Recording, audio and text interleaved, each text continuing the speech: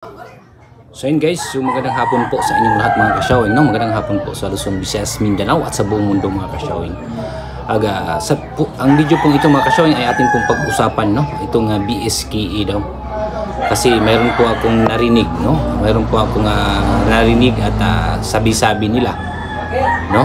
Na tungkol po sa BSKE. So bago natin panoorin ito mga kasyawing, I don't forget to like, share, comment down below mga kasyawing para mabasa at makita po natin ang inyong mga komento, no? Tungkol po dito sa video na ating panonoorin mga kasyawing, no? At tungkol po dito sa sasabihin ko po mga kasyawing. And don't forget to subscribe.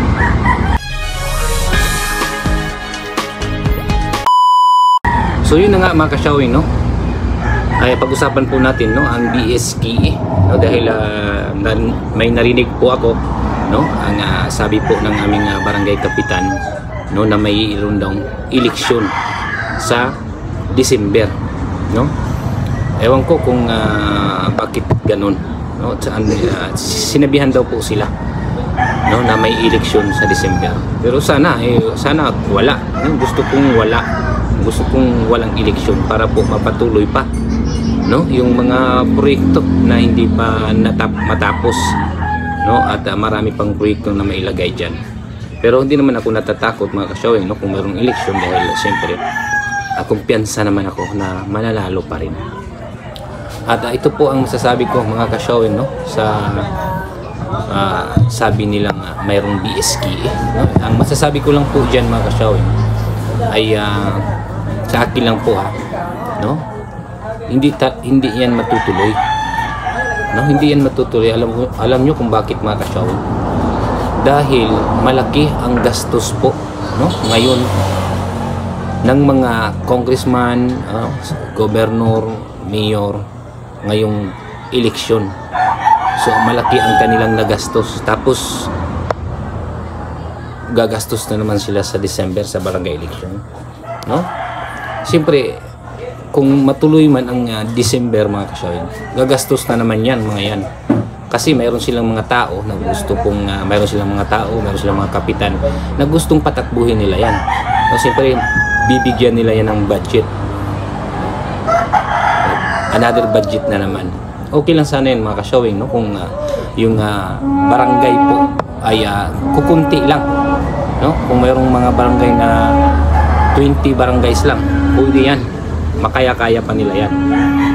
Kung halimbawa magbibigay naman ng 300,000 bawat isa, no, bawat isang barangay, okay lang yan, kayang-kaya nila yan. Pag mga 20 barangays lang yung isang lungsod, paano na yan? Paano naman sa iba? Katulad dito sa amin, 92 barangays, di ba? 92 barangays. Kung bibigyan nila ng tag 300,000 isa, tapos 92 barangays, paano na? Di ba? Malaki ang magastos nila. Ikagagastos lang nila ngayong midterm election. So may posibilidad talaga na hindi matutuloy ang BSKE sa December mga kasyawing, dahil galing pa sila naggasto ngayong midterm election, tapos gagastos na naman sa December. Di ba? Okay lang sana kung walang eleksyon sa May, no? Sa mga local at sa midterm election, okay lang sana kung wala. Kasi isang gastos lang nila yan. Kaya eleksyon lang ngayon mag-i-eleksyon. Tapos yun, mag-i-eleksyon na naman sa December.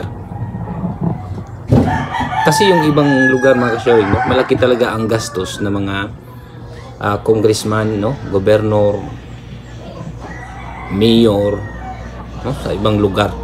Malaki ang gastos nila dahil yung iba kasi, no, pira-pira, no, hindi naman na lahat. Pero talagang ganito na po ngayon, no, pira-pira ang labanan. Siyempre malaki ang gastos nila diyan. No, tapos kung mayroon ng eleksyon sa December, gagastos na naman sila diyan. Dahil siyempre mayroon silang tao, no, mayroon silang kapitan na patatakbuhin nila yung mga tao nila. Alangan hindi bibigyan ng budget din yan, no? Bibigyan din ng budget yan. paano kung, yun nga, yung sinasabi ko, paano kung marami ang barangay sa isang lungsod? Hindi malaki ang gastos. Pero mo, kasi nung nakaraan, nung tumakbo po kami, ay binigyan po kami ng budget, no, sa mayor. Lahat na nila, mayor, congressman, governor, 300,000. Pero mo yun, 300,000. 92 barangays po kami. Sa tag 300,000, magkano na? 9 million. Kung saan sila kukuha? Kagagastos lang nila ng ngayong Lunes, no, ngayong eleksyon. Tapos gagastos na naman sa December. Kaya may posibilidad talaga yan, mga kasyawing, na walang eleksyon sa December. Kung mayroon man, siyempre magreklamo din yan, no? Magreklamo din yung mga gobernador, mayor, congressman, no? Kagagastos lang nila, tapos gagastos na naman ulit. Di ba? Kaya talagang may posibilidad talaga na wala pong BSKE ngayong December.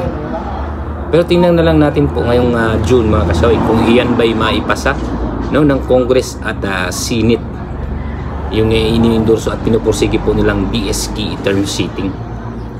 Pero sa akin lang po, sa akin lang po, mga kasawi, no, may posibilidad talagang hindi matuloy.